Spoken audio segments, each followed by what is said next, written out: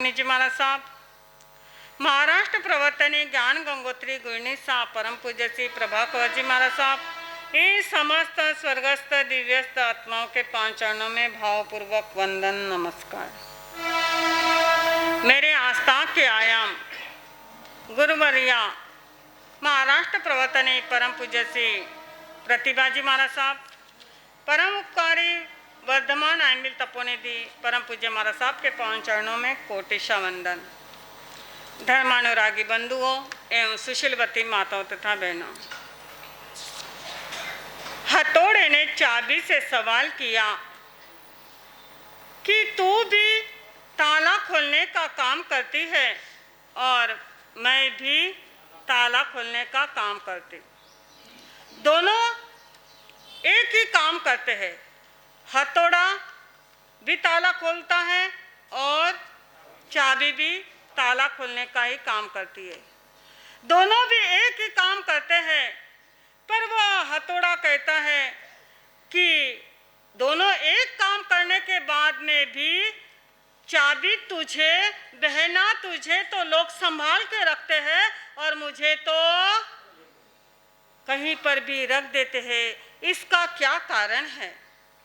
तब वह चाबी ने कहा कि भाई, तेरी बात सही है कि मुझे बहुत संभाल के रखते हैं और तेरी उपेक्षा करते हैं, पर एक बात ध्यान रखो कि काम दोनों का हमारा एक ही है, पर तुम जब ताला खोलते हो तब ऊपर से चोट लगाते हो और मैं जब ताला खोलती हूँ तो हृदय में जाकर के ताला खोलती हूँ। ध्यान रखो अपने जीवन में कि दोनों भी क्या है कि एक ही काम करने वाले व्यक्ति, पर फर्क क्या है? फर्क यही है कि हमें अपने जीवन में कैसे हृदय में जाकर के ताला खोलना है। किसी के भीतर में जाकर के बैठोगे तो ही हम किसी के बन पाएंगे। हमारी ABCD चल रही है, सीरियल चल रही है, सीरियल चलते चलते आज का लेटर कौन सा है? यप कहता है फिल्टर यूर वर्ड्स। क्या? फिल्टर यूर वर्ड्स, अपने शब्द को छान कर बोलो। क्या? अपने शब्द को छान करके बोलो। फिल्टर करके जैसे शब्द का प्रयोग किया जाता है, आप क्या करते हो? पानी को छान करके पीते हो, वैसे ही शब्द हमें फिल्टर करके बोलना चाहिए। ऐसे वैसे मत शब्द बोलो, फिल्टर करके शब्द बोलोगे तो वह चाबी का काम करेंगे। अगर फिल्टर करके शब्द का प्रयोग नहीं करेंगे तो वह हथौड़े का काम करेंगे। दोनों भी एक ही काम कर रहे हैं, शब्द हमारे एक ही काम करते हैं, पर किसी का दिल दुखाने का काम करते हैं, कोई दिल जीतने का काम करते हैं। एक दीवार होती है और एक ब्रिज होता है, पता है ना? दीवार है, यहाँ पर दीवार होती है और एक ब्रिज, ब्रिज यानी पुल। पुल दोनों भी बनाने के लिए एक ही चीज़ों का, दोनों को भी बनाने के लिए सारी चीज़ें समान लगती है। क्या लगता है? सीमेंट लगता है, रेती लगती है, चूना लगता है, जो भी लगता है सारी सामग्री एक लगती है। पर जब दीवार को बनाते हैं तो दीवार क्या काम करती है? दीवार एक होने वाले एक परिवार को दीवार क्या कर देती है? अलग कर देती है। दीवार काम करती है, साथ में रहने वाले को दीवार अलग कर देती है। और ब्रिज क्या करता है? दूर रहने वालों को भी पास में लेकर के आता है। कि ध्यान रखो, यही है शब्द। शब्द अगर हम ऐसे बोलोगे तो वह दीवार का काम करेंगे, और शब्द अगर मीठे बोलोगे, अच्छे बोलोगे तो वह ब्रिज का काम करेंगे।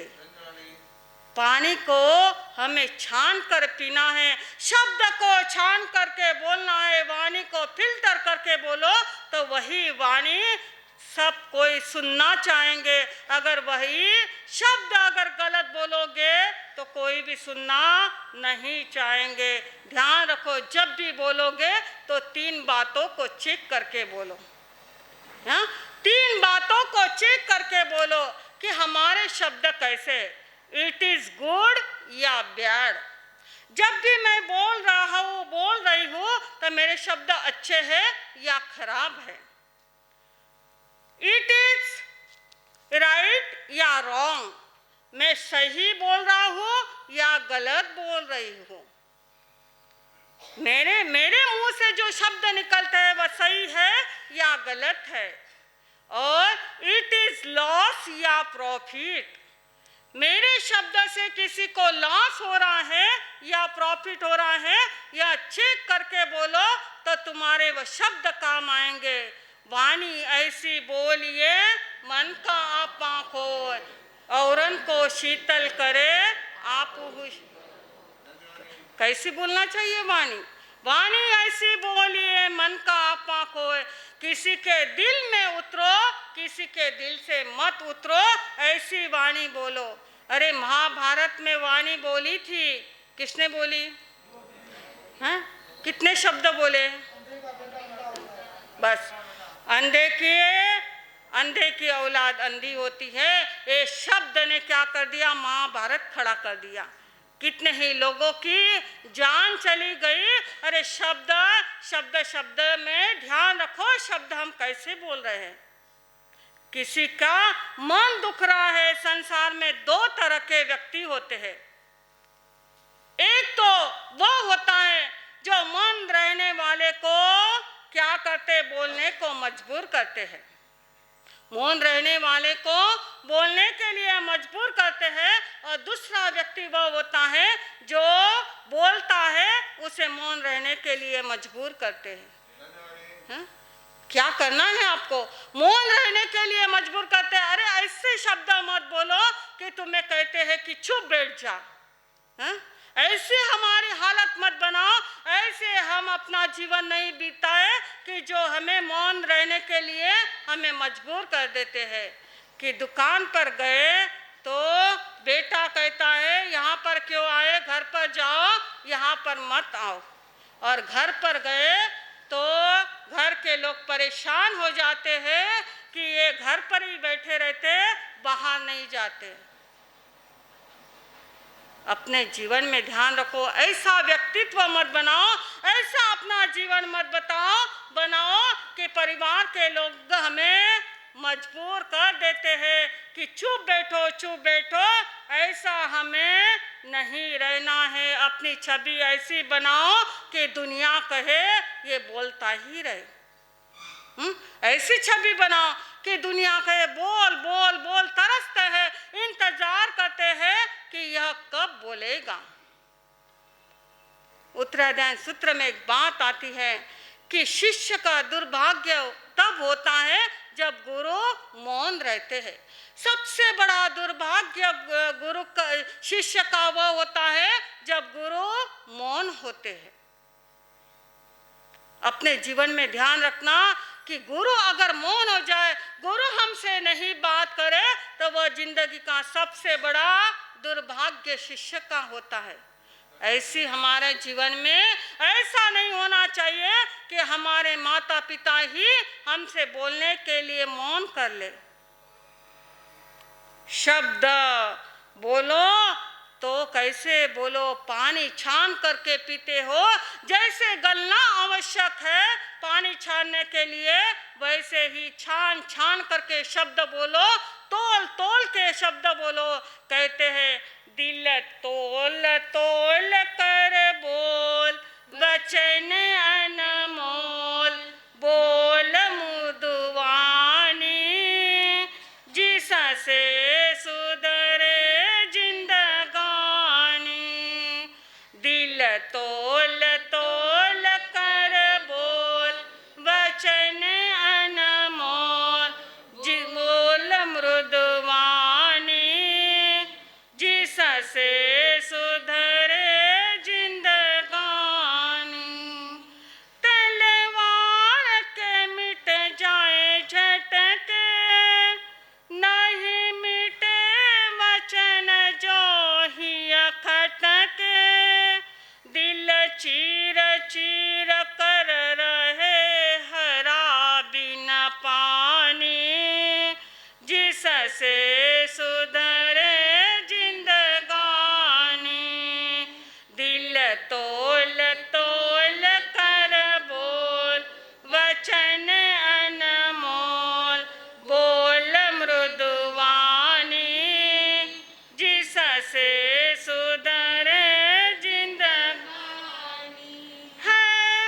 वचन वचन में भेद बड़ा, एक वचन करे नूतन झगड़ा, एक वचन अमृत घुट सरस रस पानी, जिससे सुधरे जिंदगानी। दिल तोल तोल कर बोल वचन अनमोल, बोल मृदुवाणी, जिससे सुधरे जिंदगानी, जिससे सुधरे क्या कि कैसे बोलना है, तोल तोल करके बोलो, शब्द छान छान करके बोलो, जिससे हमारी जिंदगानी सुधर जाए, कहीं पर भी हमारा अपमान ना हो, कोई पर भी हमारा दुत्कार ना हो, ना हमारा कहीं पर भी कोई हमें तिरस्कार ना करे। 4 प्रकार के फिल्टर बताए हैं। अपने जीवन को अच्छा बनाना है, अपने जीवन को सुख शांति से जीना है, इस संसार में रहते हुए 4 प्रकार के फिल्टर बताए हैं, जिसमें पहला बताया है अधिक शब्द से बचो। अधिक शब्द से बचो, ज्यादा मत बोलो। पौधे को, झाड़ को उतना ही पानी दिया जाता है कि जितना उसे आवश्यक हो। ज्यादा दोगे तो झाड़ क्या हो जाएगा? खराब हो जाएगा। उतना ही पानी, उतना ही पौधे को पानी दिया जाता है जितने उसे आवश्यकता होती है। प्रवचन भाई कितना भी अच्छा हो, कितनी देर दिया जाता है? 1 घंटे के ऊपर प्रवचन दोगे तो क्या हो जाएगा? धीरे धीरे धीरे धीरे। कितना भी अच्छा प्रवचन हो प्रफुल्ल जी महाराज साहब का, पर 1 घंटे के ऊपर हम नहीं सुनेंगे। रसगुल्ला कितना भी मीठा हो, कितना खाया जाता है? 2 खाओगे, 4 खाओगे, 10, 15 खाओगे, उसके ऊपर खाओगे तो स्वाद आएगा। हर चीज की क्या होती है? लिमिट होती है। इसी प्रकार शब्द कितने बोलो? अधिक शब्द से बचो, ज्यादा शब्द मत बोलो। ज्यादा शब्द बोलोगे तो उसकी वैल्यू नहीं रहेगी, कुछ वैल्यू नहीं रहेगी। अरे हर व्यक्ति ज्यादा बोलता है, कोई भी व्यक्ति, तो उससे क्या करते हैं कि अरे ये आ गया है, अब कितना बड़बड़ करेगा, ये मुंह तो चुप बैठेगा ही नहीं। अधिक से बचो। ज्यादा बोलने वालों की 3 प्रकार के नुकसान होता है। 3 नुकसान होते हैं ज्यादा बोलने वालों की। ध्यान रखना, जो ज्यादा बोलता है व्यक्ति, उसकी बुद्धि कम होती है। ज्यादा, अरे उसका ध्यान क्या, बड़ बड़ बड़ बड़ बड़ दिन रात भाट के जैसे बड़बड़ी करता रहेगा, तो उसकी बुद्धि चलने वाली है? नहीं चलेगी। ज्यादा बोलने वाले की बुद्धि कमजोर होती है। दूसरा नुकसान होता है, हित अहित का उसे ध्यान नहीं रहता, भान नहीं रहता है। क्या हित है, क्या हित है, क्या मैं अच्छा बोल रहा हूँ या बुरा बोल रहा हूँ, उसे कुछ समझ में नहीं आएगा। क्या अच्छा है, क्या बुरा है, हित अहित का ध्यान नहीं रहता है। और तीसरा नुकसान होता है, लोग दूरी बनाए रखते हैं। क्या करते हैं?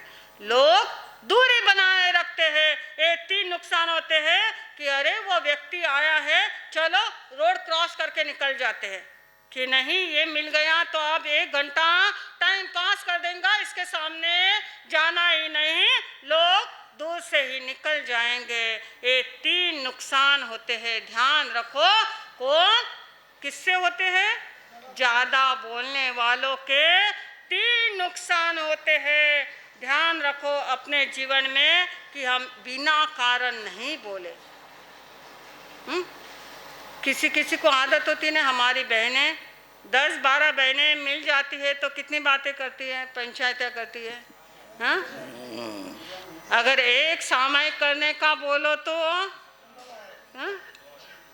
और बातें करने का बोलो तो उसकी बहू ऐसी है, उसकी सास ऐसी है, उसकी लड़की उस लड़के के साथ में क्या हो गई। कितना बातें, कितनी बातें हैं। बहना बुरो तो नहीं लाग रहे हो ना। टाइम पास, इतना टाइम पास करते हैं कि हमारे ये पंचायतियाँ, अरे इतनी पंचायतियाँ हैं कि सुबह उठ जाते हैं और बातें करते हैं, मोदी ने ऐसा किया, मोदी ने वो किया, अरे मोदी ने ऐसा नहीं करना था। कितनी पंचायतें हैं। और ना ऐसे हम कहे कि सुबह सुबह में सामायिक करो महाराज साहब, नींद ही नहीं होती है, और नींद हुई तो टाइम ही नहीं मिलता है ऐसे। और पंचायतें करने को हमारे यहाँ पर सुबह सुबह में क्लास चलती है, प्रतिक्रम सीखने के लिए भाई 8-10 भाई आते हैं। मैं सभी को कहती हूँ कि थोड़ा सा नींद का त्याग करके, साधु संत आए, चातुर्मास का समय आया है तो प्रतिक्रम सीखने के लिए आओ सुबह सुबह में। जो हम सुबह सुबह का टाइम इतना अच्छा होता है कि प्रतिक्रमण सीखो या कुछ भी थोकड़ा सीखो, चाहे शास्त्र की स्वाध्याय सीखो, बहुत अच्छे से याद होती है। दिन भर तो आपका समय बिजनेस में जाता है, पर हमारे जीवन के लिए 1 घंटा सामायिक तो जरूरी है। एक सामायिक तो जरूर करना चाहिए। मैं सभी भाइयों से कहूँगी, बहनों से भी कहूँगी, लड़कियों से कि 1 घंटा समय निकाल करके सुबह आओ। पहले 2 भाई आते थे, 2 के उन्होंने 4 बढ़ा ली, ऐसे करते करते 8-10 तो हो गए। पर सभी आकर के सीखो, बहुत आनंद आएगा। हम 8-8 है, 8-8 महाराज साहब होने के बाद में आप तो कितने भी आए तो हम आपको पढ़ाएंगे, सिखाएंगे। इस बात का ध्यान रखो कि हमें क्या करना है। अधिक शब्द से बचो, हर शब्द को फिल्टर करके बोलो तो हमारे जीवन में कोई प्रकार का नुकसान नहीं होगा। कोई 3 प्रकार की बुद्धि कम नहीं होगी। हाँ, बुद्धि कितने प्रकार से कम होती है, कितने? हाँ बोलो, कौन सी हाँ, बुद्धि कम होती है। हाँ, ज्यादा बोलने से 3 नुकसान होते। बुद्धि कम होती है, हित अहित का ध्यान नहीं रहता, और तीसरा लोग दूरी बनाए रखते हैं। यह हमें नहीं करना है ना कि लोग। माताओं तथा बहनों, पता नहीं आपको संपर्क आया या ना आया है, पर हम लोगों को खूब संपर्क आया है सिख लोगों का। सिख लोग जब उनके गुरु के वंदन करते हैं ना, सर ढक के करते हैं। 2 साल का भी बच्चा हो तो वो सर ढक करके गुरु के वंदन करेगा। सिख लोग जब उनका धर्म ग्रंथ पढ़ते हैं ना, भाई हम लोगों का बचपन नांदेड़ में बीता है, वहाँ पर सोने का गुरुद्वारा है। सिख लोग जब किताब ग्रंथ पढ़ते हैं ना, वो अपना धर्म नहीं छोड़ते, कभी नहीं छोड़ते। धर्म ग्रंथ पढ़ते हैं तो वहाँ ठौने रखते हैं, किताब रखते हैं, माथे पर कपड़ा रखते हैं, पीला कपड़ा नीचे बिछाते हैं और धर्म ग्रंथ पढ़ते हैं। मात्र जैन लोग, सब मुसलमान लोग अपने नमाज में जाते हैं ना, तो नमाज का पूरा नियम पालते हैं। वो गोल टोपी पहनना, ये करना, तुमको सबको सब मालूम है। बड़े सिटी बॉम्बे में रहने वाले को वो अपना धर्म नहीं छोड़ते, सिख नहीं छोड़ते, और मुस्लिम नहीं छोड़ते, और कोई भी।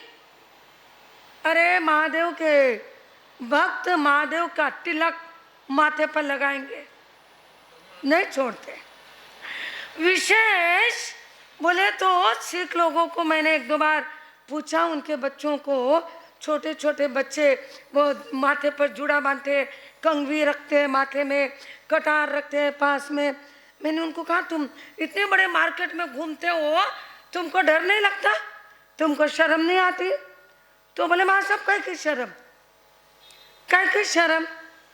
माता जी शर्म कह की, हम तो अपना धर्म कर रहे हैं।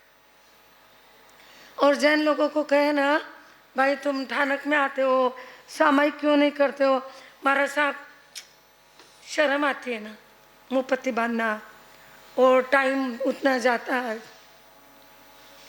धर्म करने के लिए ये यूनिफॉर्म है भगवान का, सामायिक का ड्रेस यानी भगवान का यूनिफॉर्म है। ये भगवान का यूनिफॉर्म पहन करके भगवान के दरबार में नहीं बैठेंगे तो कहाँ बैठोगे? अरे स्कूल में बच्चे जाते हैं और स्कूल का यूनिफॉर्म यदि बच्चा नहीं पहने तो टीचर, बरोबर है।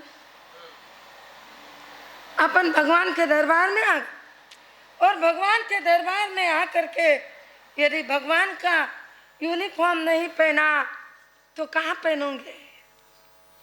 यहाँ मुंह पत्ती नहीं बांधी, यहाँ समय का ड्रेस नहीं पहना तो कहाँ पहनोगे? और कैसे हमारे संस्कार जीवन रहेंगे? तुम सोचो। हमारा चल रहा है उत्तरायण सूत्र।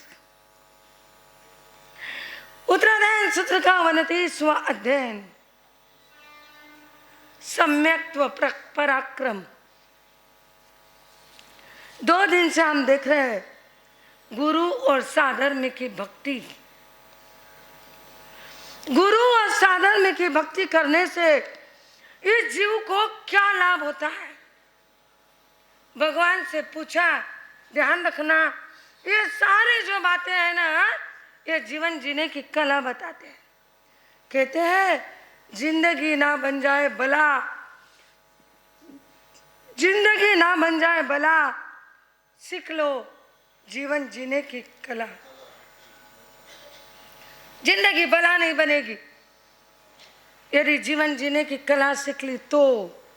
और जीवन जीने की कला भगवान के शब्दों में, गणधरों की जो वाणी से गूंथा गया, वह हम लोग सुनते और बोलते आ रहे हैं।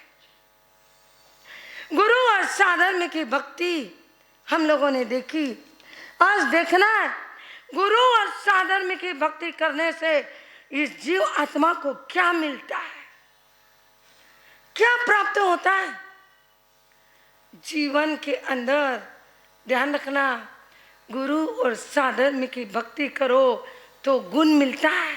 वीर प्रभु की अंतिम वाणी सुन लो और सुना लो, जीवन धन्य बना लो, जीवन धन्य बना लो। उत्तरायण में गुंजित होती प्रभु शिक्षा अपना लो, जीवन धन्य बना लो, जीवन धन्य बना लो। गुरु साधर्मिक सेवा से वह विनय धर्म को पाता, भक्ति और बहुमान के द्वारा सदगति से जुड़ पाता, विनयशील बन कर के प्राणी कार्य सिद्ध करा लो, जीवन धन्य बना लो, जीवन धन्य बना लो।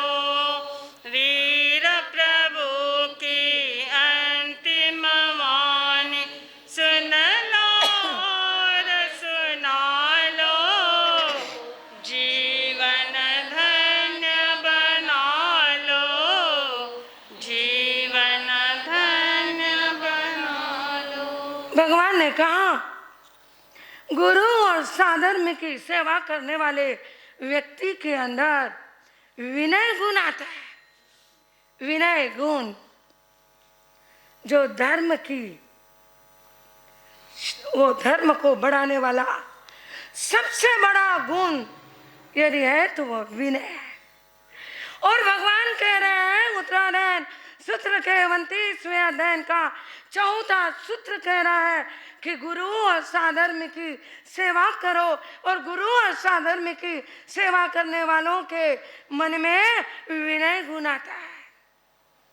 विनय तो धर्म का मूल है। विनय पहला शब्द हमने सीखा है, तो वह शब्द सीखा है नमो। नमो, नम जाओ, झुक जाओ। विनय कहता है उत्तरायण सूत्र का पहला अध्ययन भगवान ने पूरा का पूरा विनय की बात कर दी।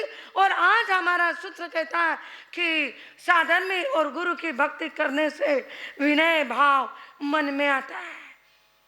और जो विनयी होता है नमो, जो नमता है, जे नमे ते सहुने गमे।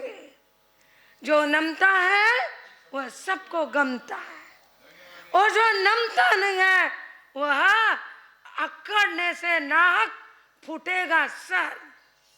और अकड़ने से नाहक फूटेगा सर। अगर दर नीचा है तो झुक कर चल, अकड़ोगे तो सर फूटेगा। अरे एक दिन तो अकड़ना ही अकड़ना है, सबको अकड़ना है। तुमको अकड़ना है, हमको अकड़ना है। जिंदे जी अकड़ो मत, मरने के बाद में तो अकड़ जाओगे। कोई व्यक्ति मरता है ना, सांस निकलते हैं कि लोग कहते तुरंत पोज बनाओ, पोज बनाओ। तुरंत उसको जिस पोज में उसको अंत्येष्टि क्रिया करनी है तुरंत वह पोज बना देते हैं। क्यों? क्योंकि बाद में अकड़ता है। अकड़ना ये किसकी निशानी है? अकड़ना ये मुर्दे की निशानी है। और जिंदा व्यक्ति अकड़ता है तो उसको क्या कहना है? ज्ञानी कहते हैं नमे सो अंबाई मली, नमे सो दाड़ मदाक, एरण विचारा क्या नमे जाकी ओछी जात। क्वालिटी फुल व्यक्ति, ध्यान रखना, एक क्वालिटी होती है जमीन की, एक क्वालिटी होती है पोत, जिसको हम कहते हैं पोत।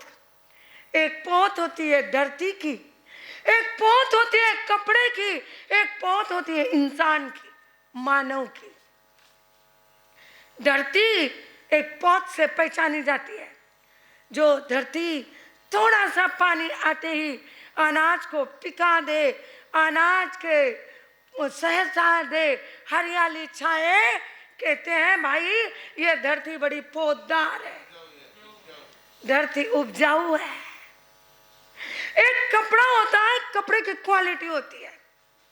एक कपड़ा लोग देखते हैं, कपड़ा रंग अच्छा है, डिजाइन अच्छी है, पर पोत अच्छा नहीं, तो लोग कहते हैं नको थोड़े दिन में फट जाएगा। बिना पोत का कपड़ा लेना पसंद नहीं करोगे, बिना पोत की धरती लेना पसंद नहीं करोगे, और बिना पोत का आदमी नमे सो अंबाई मली। झुकता है कौन? आंबा और इमली, अंबे का झाड़ और इमली का झाड़ झुकता है। कब झुकता है? जब उसको फल आते हैं ना, तब झुकता है। और जब फल ना आए, बिना फल का एरंड का झाड़, सुपारी का झाड़, ये झुकता नहीं है। ज्ञानी कहते हैं इनकी ओछी जात है। अंबे के फल को चौथे आरे की वानगी मानते हैं। कहते हैं अम्बा फलों का राजा है और वह चौथे आरे का फल है। और जब आम झाड़ को लगते हैं ना, तो आम का झाड़ पूरा झुक जाता है। आम, दाखा, जब अंगूर ये झाड़ को लगते हैं ना, ये झाड़ जमीन को लग जाते हैं। रसदार फल जिस झाड़ को लगते हैं, तो रसदार फल झाड़ को लगने के बाद झाड़ झुक जाते हैं। और रसदार संपत्ति, रसदार मानव पद से ऊपर उठता है ना, तब वह मानव झुक जाता है।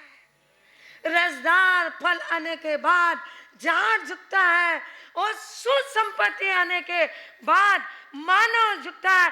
समझ जा, ऊंचा जाति का व्यक्ति है और ऊंचा जातिवंत व्यक्ति है। जाति का परिचय है।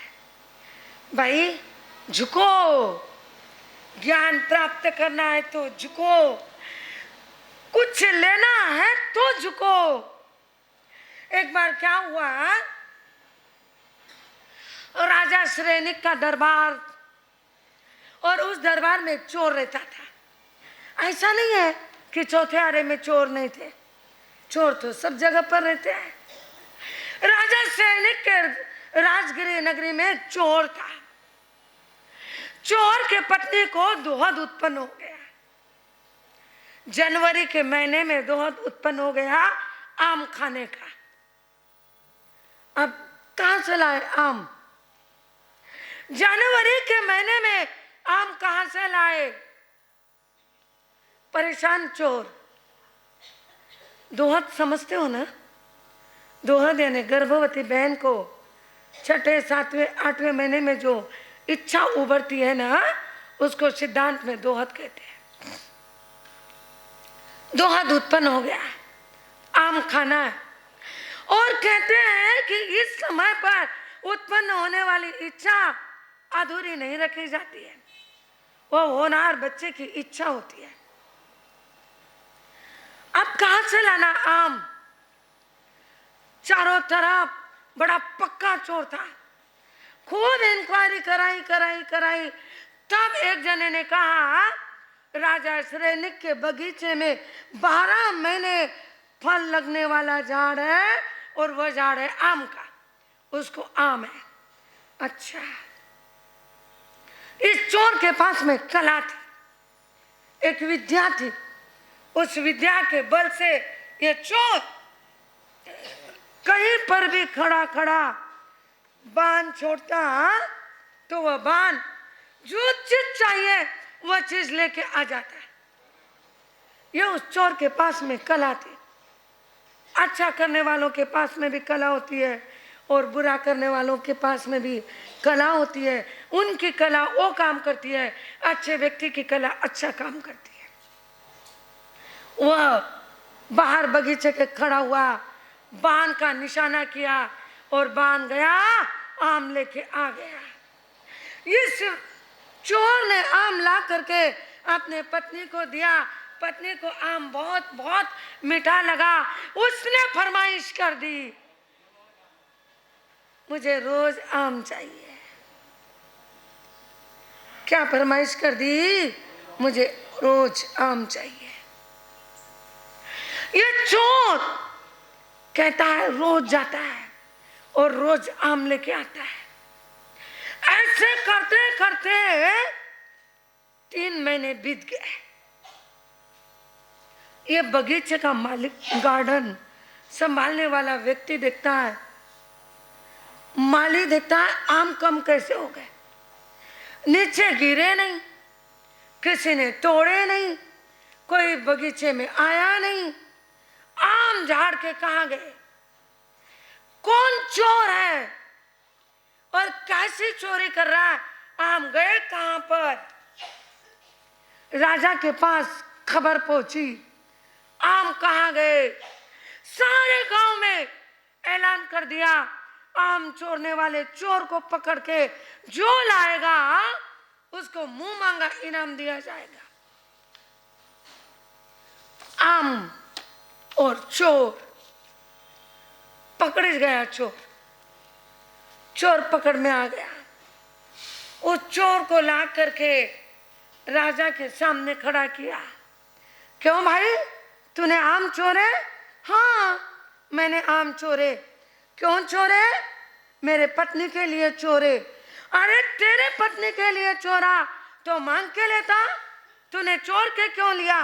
अब तुझे सजा मिलेगी।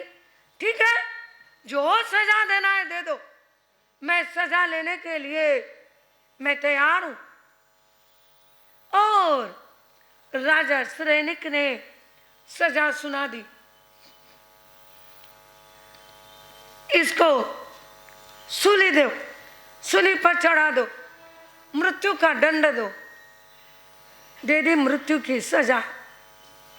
पर मृत्यु की सजा के समय पर एक सवाल पूछा जाता है, बोलो अंतिम इच्छा क्या है?